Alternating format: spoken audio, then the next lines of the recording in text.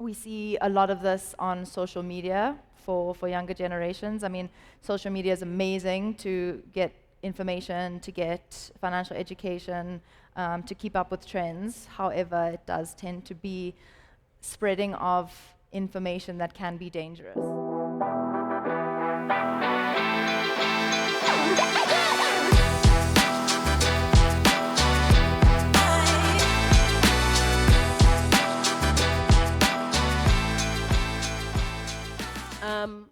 Shirley, I want to bring it to you. In times and moments of uncertainty, you still need to make decisions. That's just the crux of it. So in that state of uncertainty, especially where financial literacy and finances are concerned, in that capacity, how does uncertainty affect decision making? We tend to see about 4 different main behaviors in times of uncertainty. So triple SI. I think it's initially it's social. So in times of uncertainty, sometimes people look to what those around us are doing, and that influences the decisions that we make. So for example, on Take-A-Lot, if you're going to buy something, you want to buy, I don't know, a chopping board, and you're going to go with the one that has the most reviews on it. Or if you're at a mall and you want to decide what restaurant to eat at, you're going to go to the one that looks busy and instead of the one that looks empty, because you think that that's going to be a good restaurant. Within a financial context, we see a lot of this on social media for younger generations. I mean, social media is amazing to get information, to get financial education, to keep up with trends. However, it does tend to be spreading of information that can be dangerous. You know, you should use social media because it breaks the technical jargon, we've spoken about it, breaks all of that down into bite-sized pieces. It's on a platform that you're already using. It's, you know, people that you may recognize and that speak your language. So absolutely use social media, but I think we start to see people giving advice on social media and not necessarily understanding this holistic financial plan. I think you can agree with that, and then you end up either getting yourself in a pickle where you lose your money, or you not really necessarily getting to the point where you're putting yourself in the best position possible because you're not taking into account everything. Then if we look at simple, so we've done social, now simple, people tend to, in times of uncertainty, then just choose the most simple option because they don't understand the other options that are in front of them. So for example, we did some work with car insurance, and people didn't necessarily understand the different benefits that you get with different car insurances. So what do you look for then? You look for something like price, because that's an indicator that you understand. So instead of choosing the car insurance or choosing the product or choosing the option that is going to be best for you and speak to your needs, you're choosing one that is the cheapest. Then we get to safe. So people like to stick, in times of uncertainties, like to stick with things that are most familiar to them. So that's why a lot of people, instead of wanting to make the wrong choice, they end up just sticking with like a default option instead of really understanding the options and choosing the best one. And then the last one, which I think is probably the most common one, and the one I think is the most dangerous as well, is inertia, which means that you basically don't do anything in times of uncertainty. You are so afraid of making the wrong decision and actively choosing the wrong decision that you actually don't even end up choosing.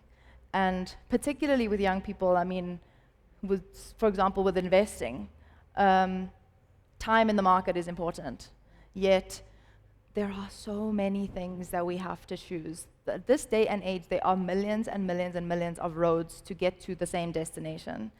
And I think that we see, particularly with investing, that there's so many options, and you know, you end up just not investing in the first place, and then that time in the market aspect, you lose that. So yeah, that's how I would say triple SI: social, simple, safe, and inertia. And it's insane how people don't realize how they can think themselves into paralysis, right? You think so much, and you think of what's possible, and you think of what's impossible, but then you end up doing nothing. Yeah. And then 2 years later, all that stagnation Yeah. has gotten you nowhere, and you are depressed, you're in a slump, and it's such a difficult thing. But again, it's a lived experience. And that's also why it's important for, financial institutions, for example, to help people, to help make it more simple, help make, the options more familiar and safer to choose. And that's, I think, a role that the financial institutions should play as well. You know the funny part, during the break, I was going to the car to go get my jacket. I spoke to 3 individuals. They're like, you know what, when you guys are talking, you're talking to me directly because I think I'm that person. I'm scared of opening my bank statements. I think it speaks to your last point where people just avoid it. Because this thing, I don't know it, I don't know it. I don't want to touch this one. Yeah. I don't want to decide on it. People always tend to avoid negative information. Yeah. That's what they were saying earlier on when I was walking. But to the car. sometimes it's not always negative, hey? You'll see that you're Yeah, saving exactly. or investing. The or- possibility of the negativity. Yes, is what exactly. scares Yeah, people. yeah. So maybe quickly, just a word of advice for anyone who's really struggling to really strike that balance and finding the sweet spot in balancing their work life. What would you say? What quick advice would you give them, especially and particularly from a financial perspective? Behavioral? I think I spoke to for me, it would just be my point on the intentionality behind it. I don't think I'd add anything else to that unless anyone else wants to. I think again it goes back to boundaries and be intentional Yeah. and having a plan. Because then if then you don't have a plan, you plan to fail. And also with the finances, again, it's psychological. Get that mental help if then, because also in behavioral, there's also studies that talk about what influences people to buy certain things. Because probably some people when they're depressed, they choose to sleep. Some people when they're depressed, they choose to eat a lot. And then they do, what do you call it? When people, therapy thing, the thing? Shopping therapy, what is it? Retail therapy. Retail therapy. Retail therapy. Some people do retail therapy, so yeah. But also with finding the balance, I think, is understanding what is giving you that heaviness when it comes to finances. So are you too embarrassed to downscale where you need to downscale? Are you keeping up appearances? Are you just actually doing too much for the people around you? You know what I mean? So understanding pinpointing exactly what it is that brings that heaviness on you. And I think therapy really is a great tool to highlight that for you, and also, what are your triggers, and also giving you coping mechanisms to help you deal with them, yeah.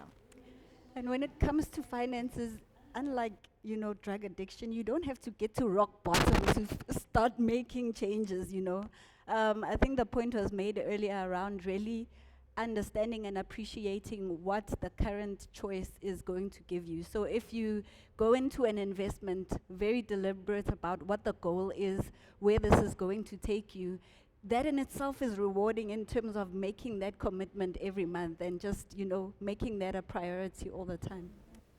No, I just wanted to add, just in finding that balance as well, especially for us who are breadwinners at home, where you are the first person to go to university and everybody's looking up to you to kind of take them out of that space that they're in, is managing our families and communicating to them when you are financially overstretched or where you are actually struggling, and communicating your plan to them so they understand. Because sometimes it just comes from a lack of understanding.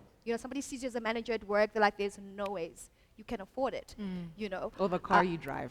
Yeah. 100%. And so, our families come from a place of not knowing. They come from a place of having high expectations of you. And as we should always give back and help at home.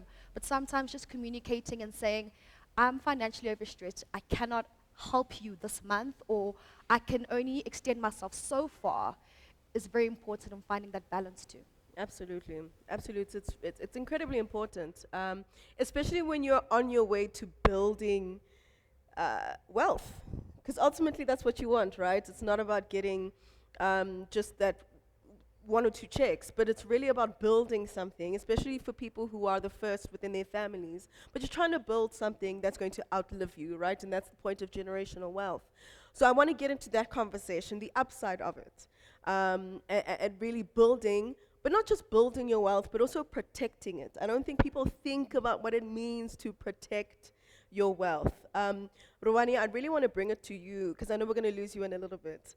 But I want us to talk about that. I want us to talk about what it means and how crucial it is actually to, I guess, find and understand what measures you can take to build that level of security while building your wealth. So maybe please speak to that.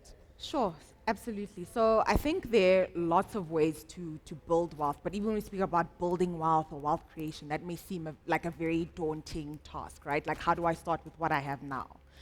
Good news is there are so many investments and ways to invest out there. There are traditional investments and not so traditional ones, right? So when we think about building wealth, it really is possible with what you have right now. From as little as 350 Rand, 500 Rand, or whenever, for entrepreneurs, where you get a lump sum, a 5,000 Rand, a 10,000 Rand profit, and you feel like, hey, this is extra money I can invest, you are able to do that. There are lots of ways to do it. So I think when it comes to building wealth, there are numerous ways to do it. Also, getting help and expertise, so, getting an Amanda to help advise you on what your specific plan is for wealth creation. Maybe you want to leave a legacy for your family, or you want to, like for me, I'm thinking about education for my son. That might be my idea of creating wealth. Once you've got your personal plan, it's a lot easier to stick to it, right? When it's my personal plan and I can see how I'm tracking towards that goal, right? So lots of ways to do to create wealth. But I think also when you talk about protecting what it is you've accumulated, that's also very, very important. People don't like insurance or certain solutions, but there are things out there to help protect what it is we accumulated. If you are an entrepreneur, what happens to you if you become disabled? What happens to that income or the bag that you've managed to secure? So thinking about what's going to happen to your financial dependence, thinking about how to protect what happens to your business and the longevity of it when something happens. That's also very, very important. That's important as creating your wealth. But there are very numerous ways to do it. Meeting with a financial advisor to help you craft your own personal plan is a lot easier to stick to. Yeah. And because we are speaking about investments, Yes. I want to speak to the entertainer in the room. I want to speak to the artist in the room who may not know what opportunities exist in the world of investment. What opportunities should we be looking for? So there really are lots of ways, right? So for instance, if I think of an entertainer, Buntle, we were talking about this earlier. As a So let's freelancer, say if you've got, you're hot for the next 15 years, how do we make all the money you earn in these 15 years last you for 30, 40 years, right? For a lifetime.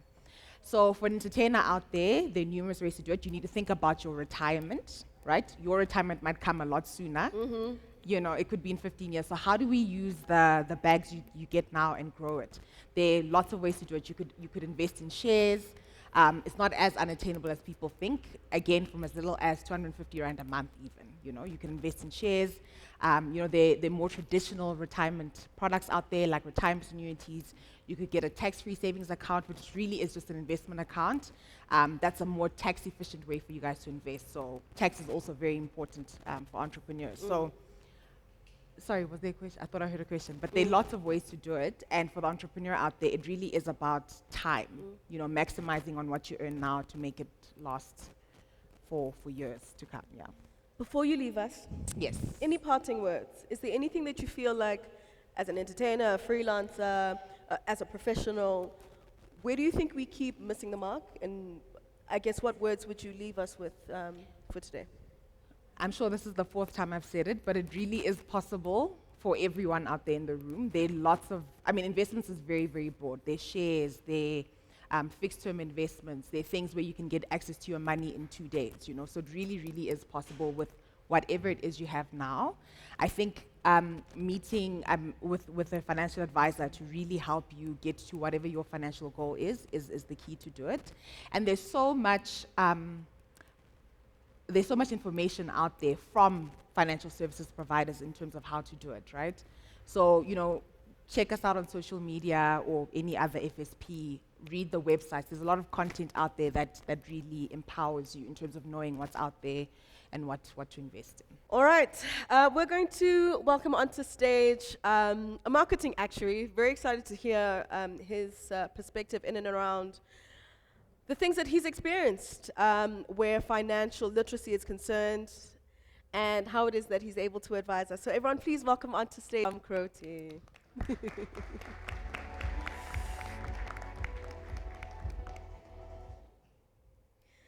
Welcome, Tom. Thank you. How are Thank you? you very much. Very well, thank you. Feeling How are well? you? I'm great. I'm great. And thank you very much. It's great to actually be on the stage. Thank Been you. waiting. I'm excited. It's going to be great. I've been sitting here on the edge whilst you guys chat. Tom, maybe let me just reel you in immediately. I know the efforts that you have made, and maybe this is kind of backtracking a little bit, but I think it's important that people understand the efforts that you've made and things that you've seen working with young people. And the things that you've seen and the things that you've witnessed. And earlier on, we were speaking about, I guess, the difficulties, critical illnesses that you're seeing, that people are going through, strokes and whatever else. Please, can you maybe relay the things that you've seen and the efforts that you've made? And I guess if you've seen actual tangible results with the efforts that you've made to kind of counter or find solutions in and around these difficulties. Yeah, so I'll try to break it down. I think there's so much that I can talk for hours about this. But like interesting things that we've seen are like coming out of COVID. 1 out of 3 people went and saw a doctor, went and got some sort of medication for mental illness. That is 1 in 3 people. So almost 3 of us sitting on this panel had to go and see someone. Now, are there products? Are there solutions that protect you from that? Imagine you are unable to go to work and earn your income today. What are you going to do tomorrow to pay your bills? Because you're too depressed, anxiety's too much, you don't know that. There are solutions out there, and it's Liberty, they offer solutions, but there are other providers as well that offer these types of things that actually people are just not aware of. And that's where I think the power of talking to a financial advisor, someone like Amanda, is so good, because they're aware of the full scope of potentially what you need. And we spoke about critical illness and the youth, and life insurance, it's sort of like, well, I'll die when I'm old. My parents, they're getting sick. Only old people get sick. But it's not the case. We see youngsters getting cancers, having heart attacks, having strokes. Now, at 25, having a heart attack is a very different reality from at 85. Now, imagine having to live another 60 years in a reduced capacity in that state. Who's going to pay for your bills? Who's going to make your life easier to live? And I think that's what we see. What we have seen, which I think is great, is that in the old days, only men used to take out life insurance. Yeah, we see it in our book. 3/4 of our book are men.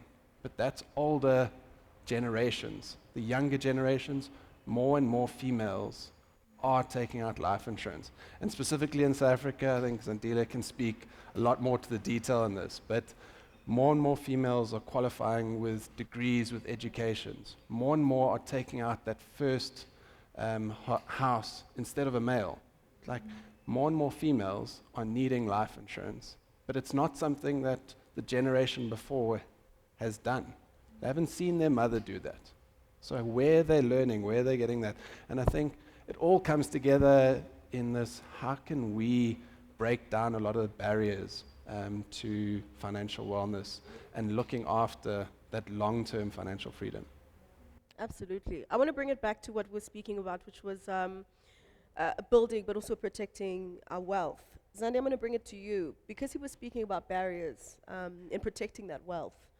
From a socio-economic perspective, what do you think the delays are in people taking that step in wanting to protect their wealth? Sure. It's almost more like things happening to you than you kind of having those barriers.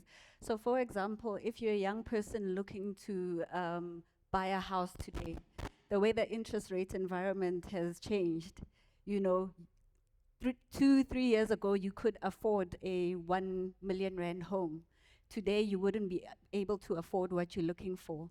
So there are a lot of external challenges that people are experiencing. It affects their affordability in terms of certain things, and then ends up delaying those decisions. We heard a little bit about inertia happening. And I think the challenge is then trying to make it work within what you already have. So looking at ways to make the social economic elements work for you, right? So for example, right now we are in a high interest rate environment. Taking out debt is going to put you in a worse off economic situation because you're going to pay higher interest rates on that debt. The opposite is that if you're in a savings environment, that interest becomes your earnings, right? And then we could go back to some of what Luvani was highlighting to us in terms of more secured investment options. So you can take out options that eliminate certain risks like currency changes, guaranteed investments where you are sure that you're going to at least get your capital back, if I can put it that way. So for example, if you've got 100,000 Rand to invest today, it's a risky market, right? Tomorrow the JSE is going to 10%, and that means you're now at 90,000. But if you're in a guaranteed investment, they'll make sure that you don't lose on what you've invested, and that goes on. So as your investment grows, even what has been earned now gets guaranteed. So it's really about looking what is happening economically and working within that. And it's not our job to do that as well. So the nice thing is that you can actually tap into your financial advisor and be like, dude, what's happening? You know, the Rand is losing value. Can I move some money? And so on. And I think to bring it back to some of the points that Tom has raised today, one of the biggest investments is ourselves, right? So you are earning. Your capacity to earn is very important to preserve. So keeping physically healthy, mentally healthy, very important, but also making sure that you have risk cover that will allow you to not worry about that element, right? Look at all the kind of jobs that are very high risk, you know, construction sector, you could be dropping from the 7th floor tomorrow in your occupation. Risk cover allows you to take care of your family when you can't do that. And a lot of companies will have basic benefits, but very few people even take the time to read through those benefits and understand how far that cover extends and how much more they need to get. And that is the role of a good advisor to do. And if you don't like people, use a bot.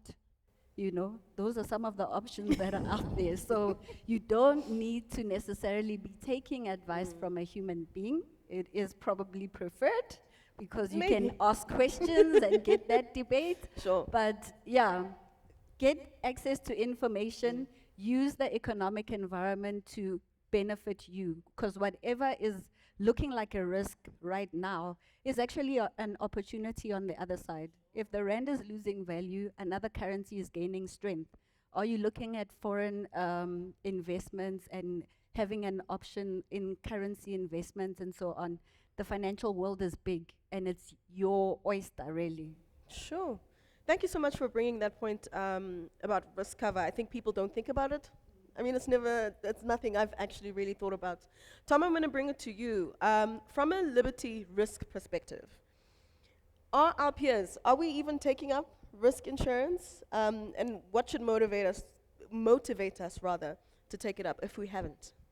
Well, we're not seeing a huge amount of people taking it up. I spoke about we're seeing a shift in that it's a lot more equal, but the size of the insurance gap in South Africa is currently at about 34 trillion Rand.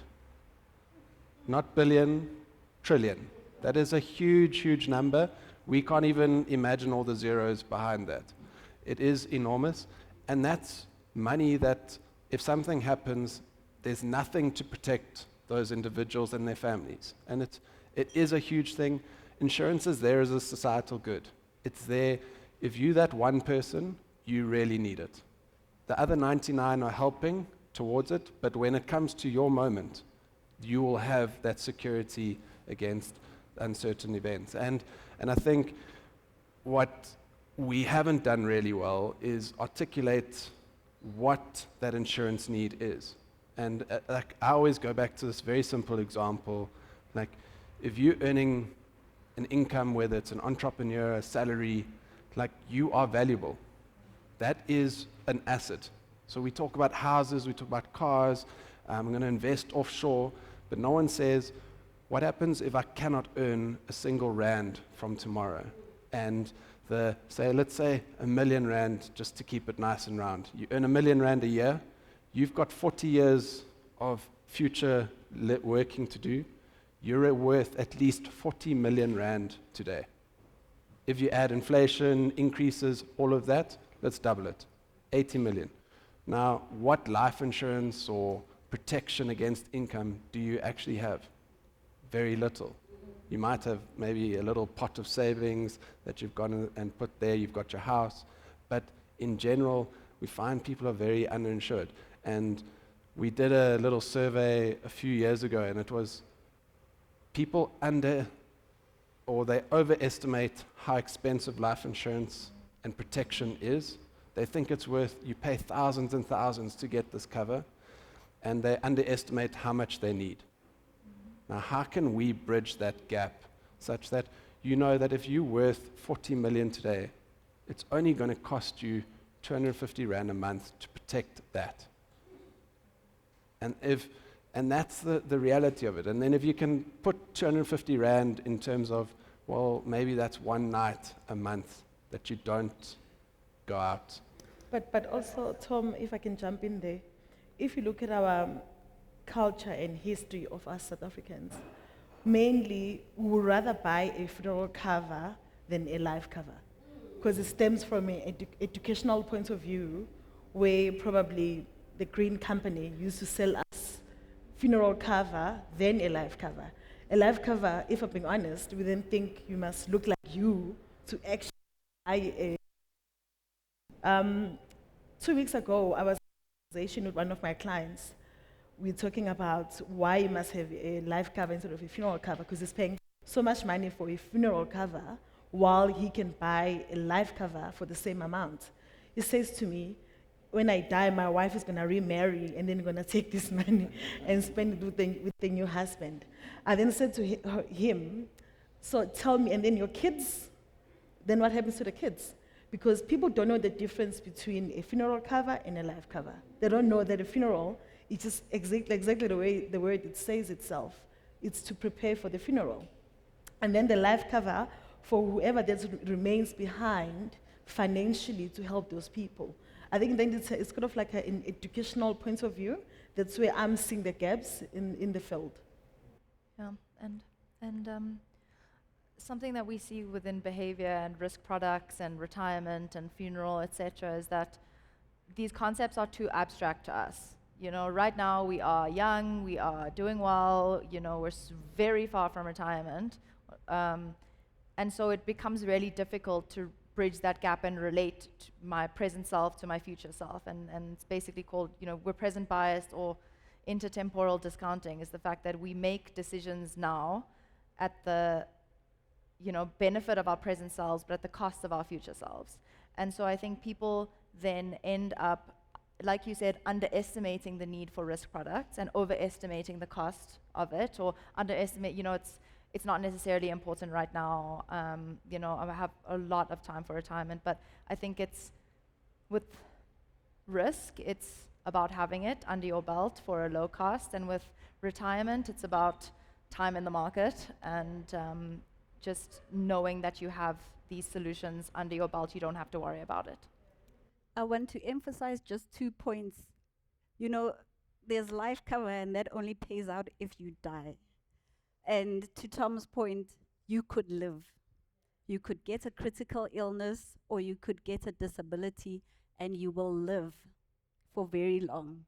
And I think that's just one of the big values of risk cover, is that it allows you to continue to earn, to continue to have a life, even when you don't have the abilities that you used to have before. So I think it becomes a much more compelling